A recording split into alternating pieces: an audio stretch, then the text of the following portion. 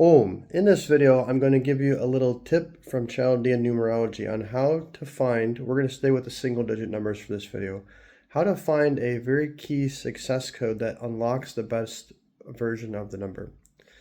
So in Chaldean Numerology, there's something called auras of a number. So for example, the number 1, if you write it out, imagine a triangle. And why don't we go ahead and draw this and I will come back and I'll show you.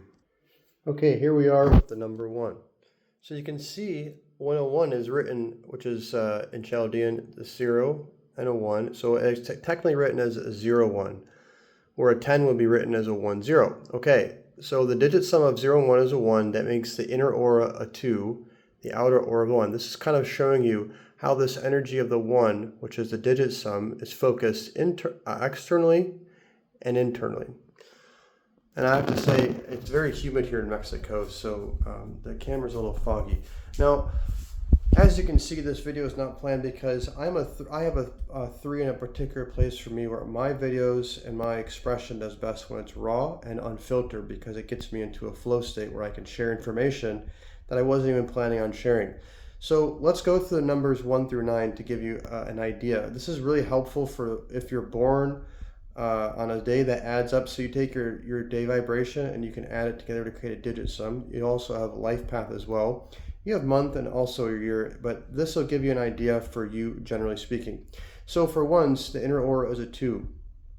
In general, without getting too crazy and specific, to keep this really simple, ones need to develop empathy.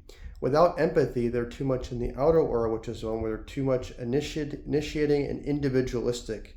And so one of the lessons for the 1 is that they see the inner and the outer world as one and the same.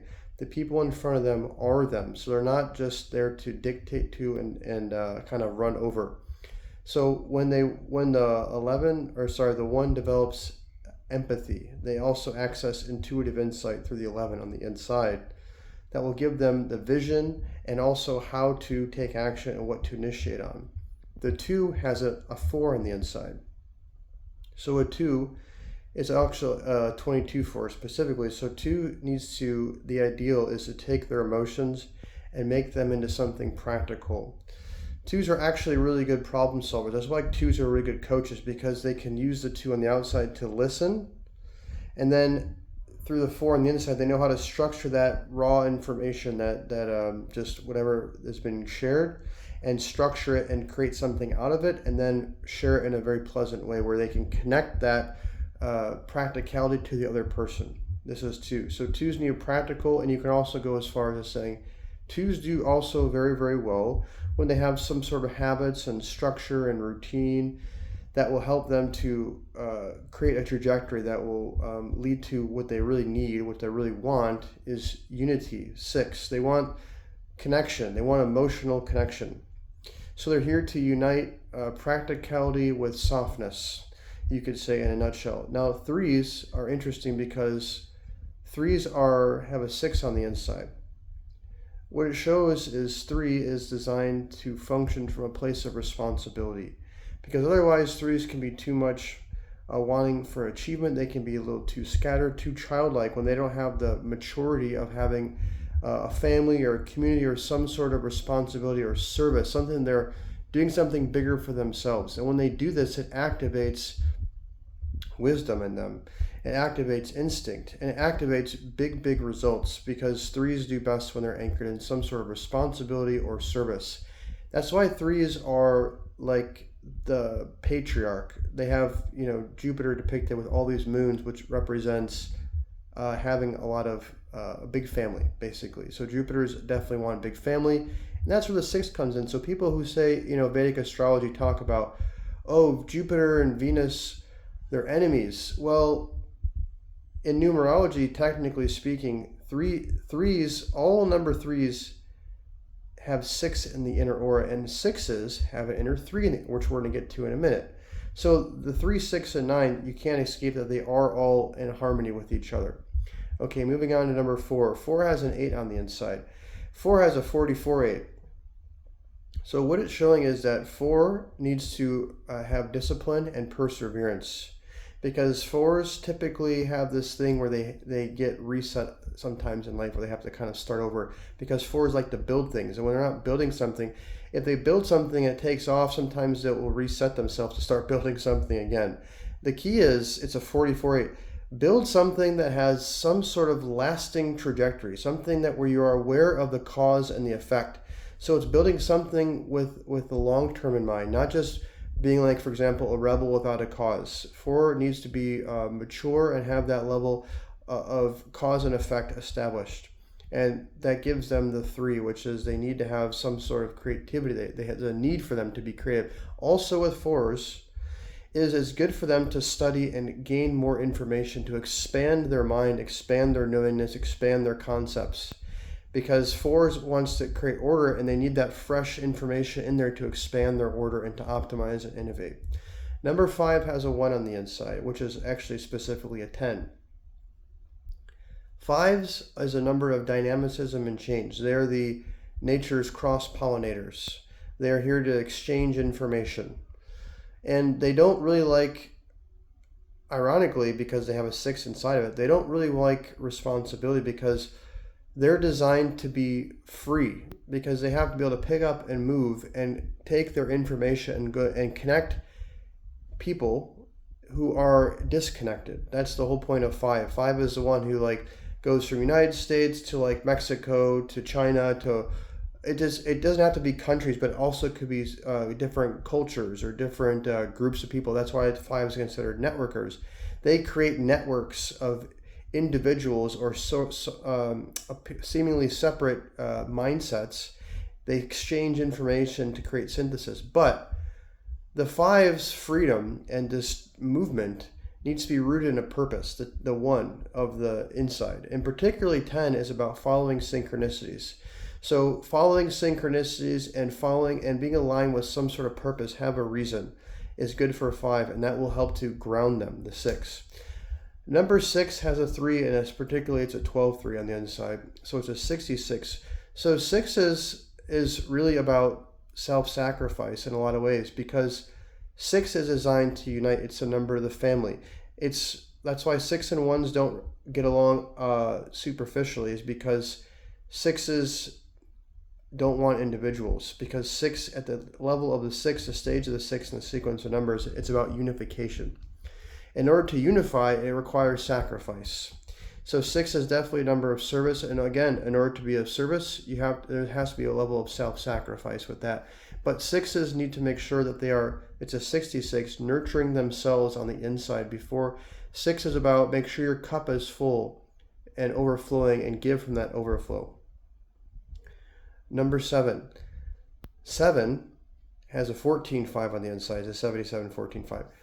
7s are great at analysis. They're great at observation. They're great at breaking things down and understanding how things work. 7s need the inside 5, which is curiosity.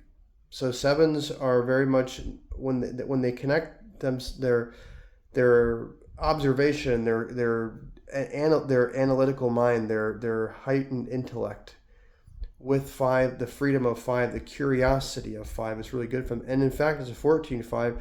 14-5 is a number of like calculated risk. So 7 can be this number where it can be the saying analysis leads to paralysis. That's the number 7. So 7 needs to be allowing itself to have this inner freedom to explore things, explore ideas, not get too scared and too much of anxiety and too much paralysis, intellectual paralysis, where you just kind of shut yourself off. And also, as you can see, 7s are great for travel, travel is good for them. Moving around is good for them. 7s also the international citizens, so especially international travel is really, really good for number 7s. Number 8. Number 8 has a 16/7 on the inside. So number 8 is such a powerful number. The numbers really make sense when you study these auras. 8s in imbalance, when they're too much in the 8 and they're not in touch with the 7. What is 8? Power. They just go after power. It's like this way of like a compensation for not feeling they have the power on the inside. So go after power. The problem with that for 8 especially is if their power isn't rooted in truth, it will not last. And what is truth? that which does not change, that's truth. Truth is the only fixed principle in the entire existence, is truth. Truth is the only constant. Everything that's not truth will always self-correct and self-destruct, and that is one of the biggest lessons for the 8. 16-7 is about surrendering of the ego to attain this truth, which is the 7, this understanding. So 8 is designed to establish itself in truth, and then from that truth wield power and unite spirit and matter. That's the path of the 8, and it requires perseverance and discipline. In order to do that, you have to put aside your individual needs. You have to think of the bigger perspective, and that's what 8 is all about. Number 9 has the 18-9 inside of it. It's a 99-18-9. So number, of course, 9 has to always aim to finish things that it starts. But 18 is really a shadow integration number. It is about bringing integrity to the ego and individuality. So 9s, their numbers are all getting jumbled. 9s need to be, is a number of shadow work. So this is the mental warrior. They need to have a mental toughness about them and be willing to look at themselves and be willing to bring integrity and understand their shadow. That will bring themselves to a completion, and that will give them wisdom and instinct that they can then go and act upon. So 9 is a very, very powerful number as well. And 9 is, as you know, is adaptable, because if you take 9 and add it to anything, it's going to create the number that it's being added to. So 9 plus 3 is a 3, because 9 plus 3 is 12. 1 plus 2 is 3. 9 plus 4 becomes a 4. 9 plus 7 becomes a... So 9s become whoever they're with. And big part of the 9's path is aligning that first, understanding who they are. Is because 9 is when the energy of the Kundalini reaches up into the head, and when the third eye is opened. This is what the 9 is, the point of the 9 is trying to do, is open the third eye and develop instinctual intelligence. Instinctual intelligence is the reptile part of the brain, the midbrain, and also the pineal gland.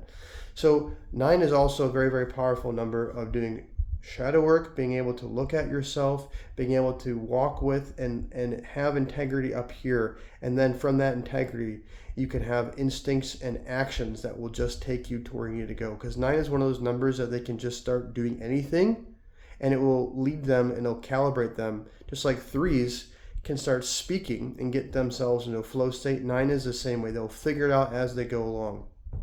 So guys and women, ladies and gentlemen, this is my quick video. It wasn't very quick, but it was quick for each of the numbers, of giving you an idea of how Chaldean numerology, and this is just one little teeny part of the numbers. So every number has 9 of these triangles total, 3 on the physical, 3 on the emotional, and 3 on the spiritual. These numbers have so much information packed into them that it is truly fascinating to really understand about the numbers, including your birthday, so your day is sort of like your attitude, your perspective, how you show up into the world, your personality. The month is sort of like your flow, your behavior patterns, your emotions. Year is like your instincts, the pressure that you feel. It's kind of who you are beneath, because the year is your unconscious, the month is your subconscious, and the day is like your conscious awareness. So understanding how the numbers are functioning in the different areas of your life and in your chart is going to give you some clues and success codes, especially when you start combining them, day and month, day and year. And these all mean different things, but the first step is understanding the core parts of the single digit numbers, because single digit numbers are what creates the compound numbers, and so on and so forth. So I hope that you found this video helpful. If you did, give it a like. If you have any questions, comments, let's get a discussion in the comment section below. As always, if you want to see future videos you don't want to miss out, hit the subscribe button. Keep learning. As always, wishing the best. Happy manifesting. God bless.